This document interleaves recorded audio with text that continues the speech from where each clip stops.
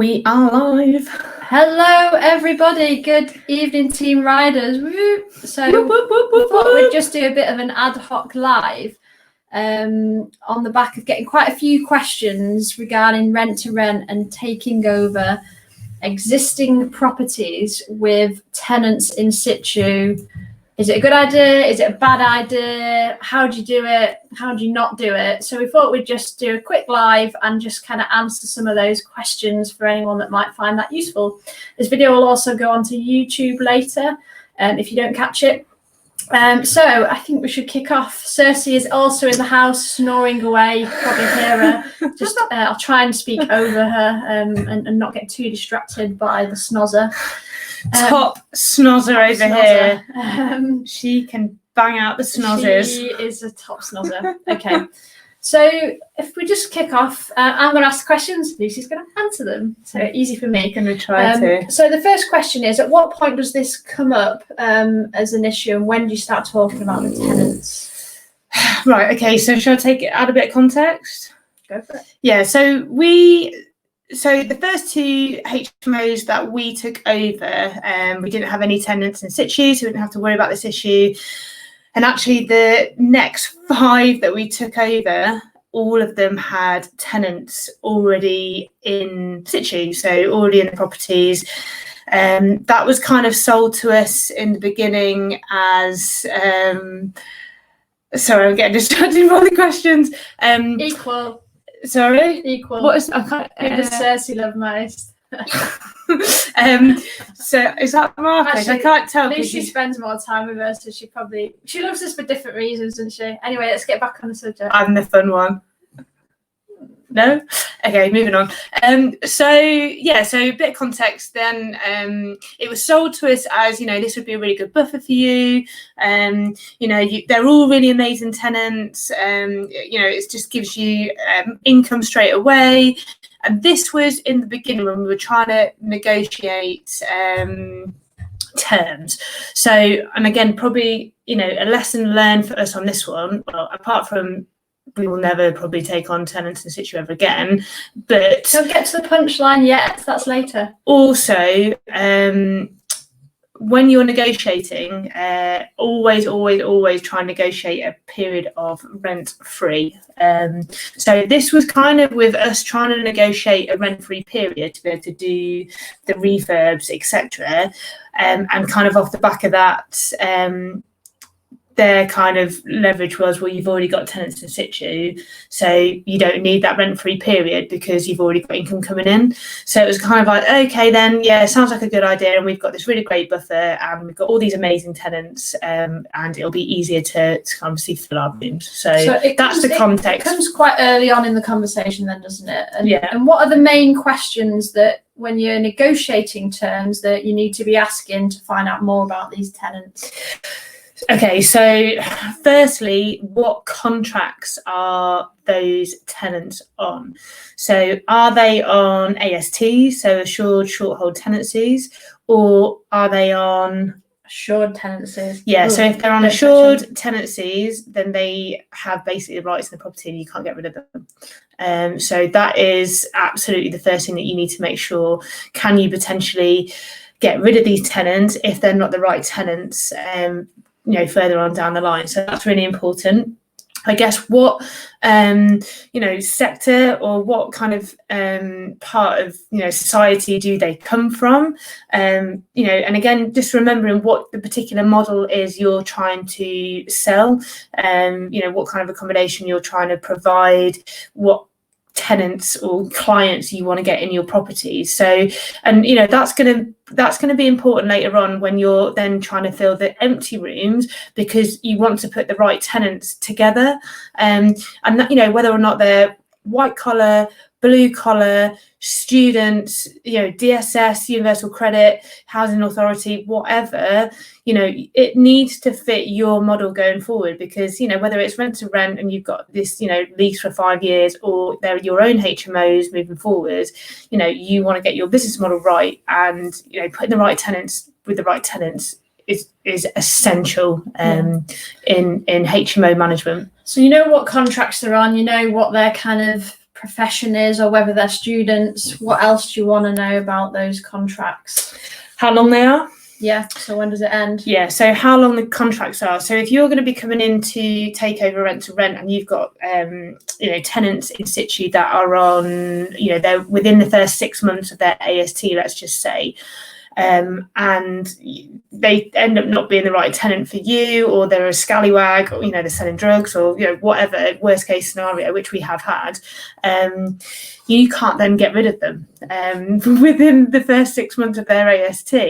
And forget section 21s at the minute, forget section 8, so I always get it wrong, because the courts are absolutely backed up, so you're not going to be able to do that. So you just need to be careful what tenancy lengths they are on when you take them over. And is it important to know what rents they're on as well? Yeah, absolutely. So this comes back to calculating your numbers. So again, if you've calculated your numbers off a particular amount of rent that you're going to get for each room. Now, if you can hear this, shush. So if you have calculated those particular numbers, and you need to be strict on those numbers, because the deal's got to stack, and you kind of reverse engineer that with the money that you're going to give to the landlord, the money that you're going to put aside for rent, for utilities, and then the number that you're going to put aside for your kind of contingency pot from a maintenance point on a monthly basis, etc., etc. If they're on a particular rent that's way underneath what you need to be able to charge, and then for whatever reason you can't then charge it, you're stuck. And again, taking on existing tenants, you may not be able to move them on for whatever reason, and then you need to be able to calculate your numbers, I would say, off that lower mark of exactly what rent those current tenants are on. Yeah, so if you decide that you are going to take on the existing tenants, really key that you work out what sort of tenants they are, what current tenancies they're on, how long that is due to last, what point are they in that tenancy, and also what rent are they currently paying. So obviously there's some pros and cons of having tenants in situ. Should we talk about the pros first? There is a few. Do you want to mention some of those? Yeah, I mean, so, I guess the basic pros are you do have a buffer. So you have got rent coming in straight away. You've got income coming in straight away. So, that in turn gives you a buffer. And again, that kind of workload of having to advertise your rooms and market your rooms is less. So again, if you've got maybe a couple of projects going on simultaneously, I guess you could think that the workload is less in that respect of kind of having to fill those rooms. Yeah. I can't think of any other pros actually. I mean, you can get good. We have had good tenants that we've taken over that have been really appreciative of what we've done in the property, and have been, very forthcoming with paying an increase in rent. And obviously, we do it staggered, so you wouldn't just put the rent up straight away. Obviously, you need to allow for a period of time to refurb the property. So that's one point. Actually, there is a pro for when you're doing a refurb and having tenants in situ. Yeah, there is. Again, doing refurbs can be pretty busy, trying to coordinate tradespeople coming in and out of properties, getting things delivered to properties. So if you have got tenants already there, and especially during this lockdown period where we did have lots of tenants in these properties, they were able to take deliveries for us, which was pretty handy. They were able to let people in, etc., etc. And again, that as long as you've got a good, robust comms plan in place with those tenants, then that can work quite well and can offload a little bit of pressure for you. Yeah, so I think to summarise the pros, it really is just almost like a reassurance that you're going to be okay from the outset, because you've got that initial buffer of money coming in, and there's not that mad rush to get the refurb done really quick so that you can start getting tenants through the door and into the rooms and getting income. On to the cons then. So there's obviously some downsides to having existing tenants. Do you want to chat about those? Yeah, okay. So first and foremost, and somebody has already commented on the comments, but I can't see who it is, because unless you press the click to allow your face and your name to be showed during this live, I can't see who it is. But somebody said, and I'll just see if I can show it. I would never accept tenants from someone else as they have not been vetted to your standards. And that's our top con, really. So yeah, whoever said that is a great comment, and that is our number one con, is that you haven't vetted these tenants. It's all very well the landlord, the owner, the vendor, whoever you've done business with in this scenario, they're going to tell you that they're good tenants because they want you to take their pain away. And again, a little bit of naivety, you could think, oh great, easy, happy days. The reality is, most, that's probably unfair, 50%. The tenants have been a freaking nightmare. More than 50%. There's been at least one in every house we've took on, despite the landlords always saying for each individual property that the tenants are as good as gold. Honestly, we'll not have any issues with these tenants. And we're like, oh, okay, yeah, good. That sounds amazing. Yeah. And then BS. It's a pile of shit. The whole taking on tenants that you've not vetted, that you've not referenced, that you wouldn't necessarily have put into the properties is definitely a big one. Yeah, definitely. And again, for us, a learning point, a learning kind of scenario really going forward is that we were naive in that, and actually going forward now, lessons identified, I guess, is that we wouldn't do it. I can't really see any scenario now where we would do that. So probably got to the punchline again. I wasn't a bit too quick. Sorry. Okay. What about so any cons with regards to having existing tenants in and trying to refurb a property? There is. And again, like going back to the pro, it's nice to be able to drop things off, have things delivered, they can potentially let people in and out. But again, I would always say with HMOs, like the number one first job that you need to do is get an external key box on, so your trades can come and go. Obviously, with appropriate coordination of that. But and again, in theory, you think, I can just refurb the empty rooms first, and then you can go to their room and do their room, and you can just do it around them. And again, in reality, it is a bit of a nightmare to try and refurb a property with tenants in situ, because it's just a massive disruption. And you are trying to. Is this a property live or a modelling contest? Talking about Cersei? We're thinking about getting her into TV. Again, I can't see who that is, sorry, because you've not clicked the thing. I'll see it later. It's not easy. It's not easy. You're trying to keep people happy. You're potentially taking on these new tenants. You've not really got a relationship or any kind of rapport already established with them. You're then just disrupting their whole lives, by doing whatever works you've got to do. So again, that for us, that is a con. And again, it's just something moving forward that we don't think is worthwhile taking over. Shall we talk about the rent side of things then? So obviously, as Lucy mentioned, you kind of go in, you do your numbers, you say, oh, that room's worth that and that room's worth that. So that means I can give that guaranteed rent. Obviously, you've got tenants that are paying an existing rent. So how does that factor into, and why is that a con? Yeah, so again, it's that expectation management of, you're going to come in and, raise the standard of that particular property. You're going to raise the standard of each individual room. You're going to provide this excellent service and this really personable service where, something goes wrong, you get sorted out straight away. You're going to make that, you're going to provide cleans, whether that's weekly, whether that's, fortnightly. And, you're going to do everything you can within that property, within your budget, to make it as nice of a place to live as possible. But again, expectation management, some people may not view that in the same way that you do. They've already been there for 6 months, 12 months, years, paying probably below market value because the property hasn't been kept up to standard. That's and renting it. And that's why normally the landlord has reached out to you. But that tenant has already been accustomed to paying that particular amount of money. So that said, some have, been absolutely fine with the rent increases, and they, we've had messages from tenants saying we're so proud of the property now, and we're proud to bring our friends round, and we wake up in the morning and we forget it's all been done, and then it's such a nicer place to live. So we have that does happen as well, but at the same time you're going to get people that are just like, well, I don't really care what you've done to the property. I've been paying this amount of money for this amount of time, and I don't want to pay anymore.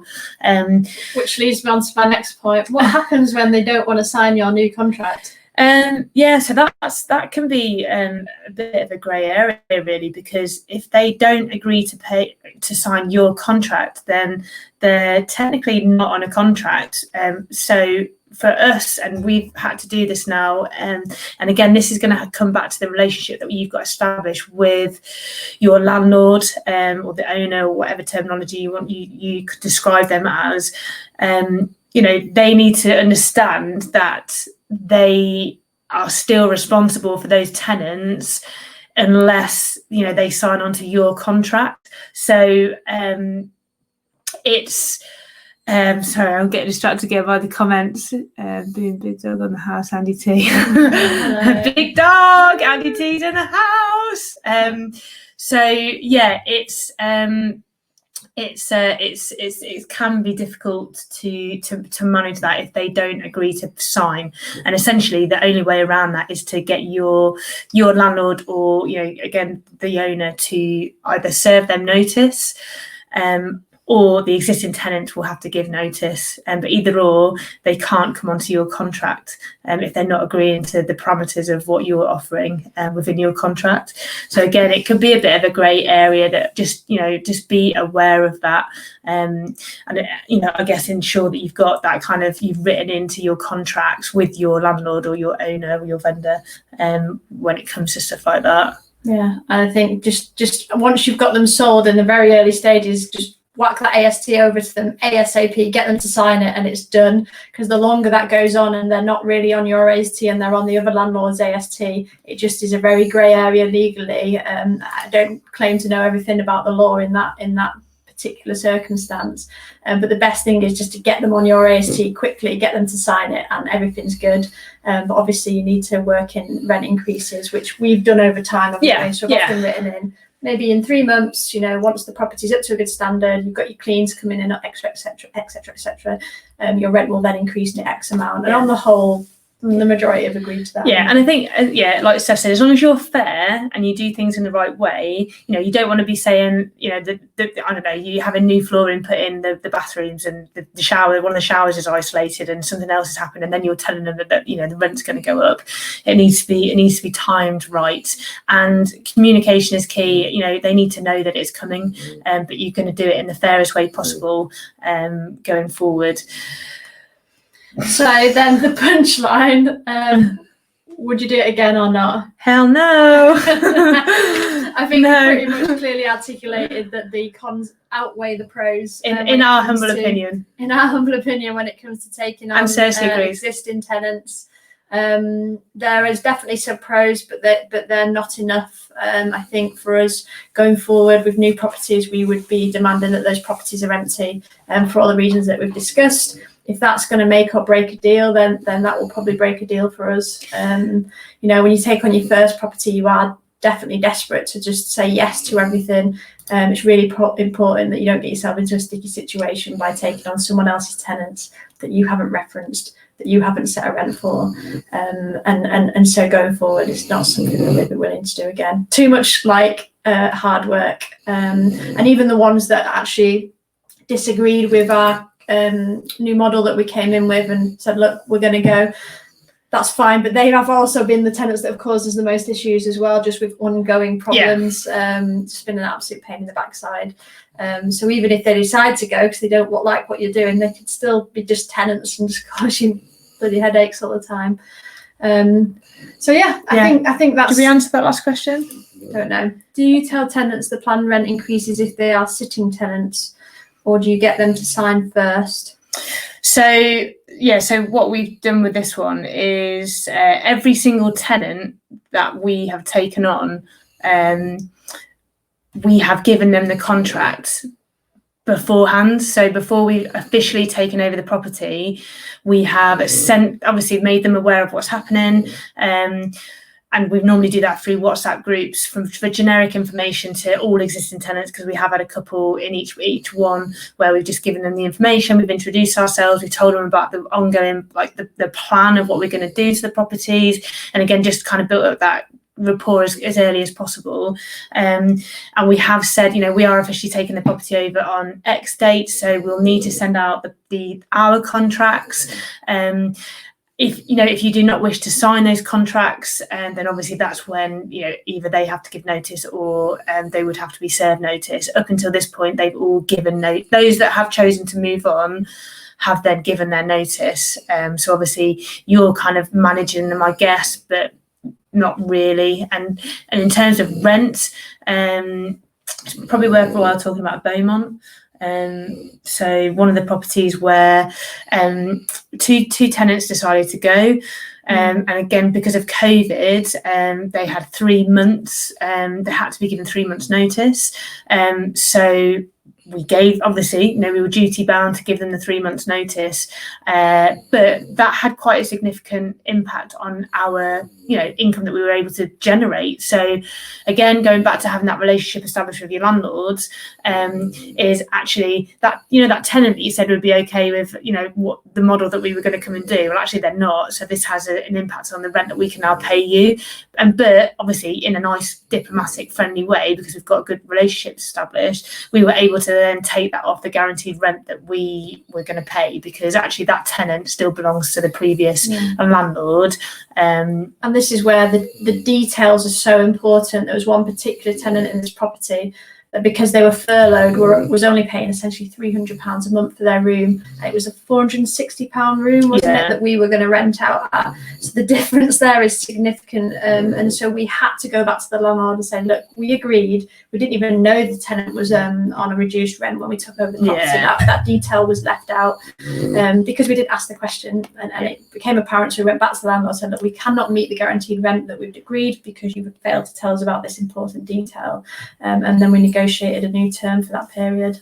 So the details are important. The devil is in the detail. Absolutely.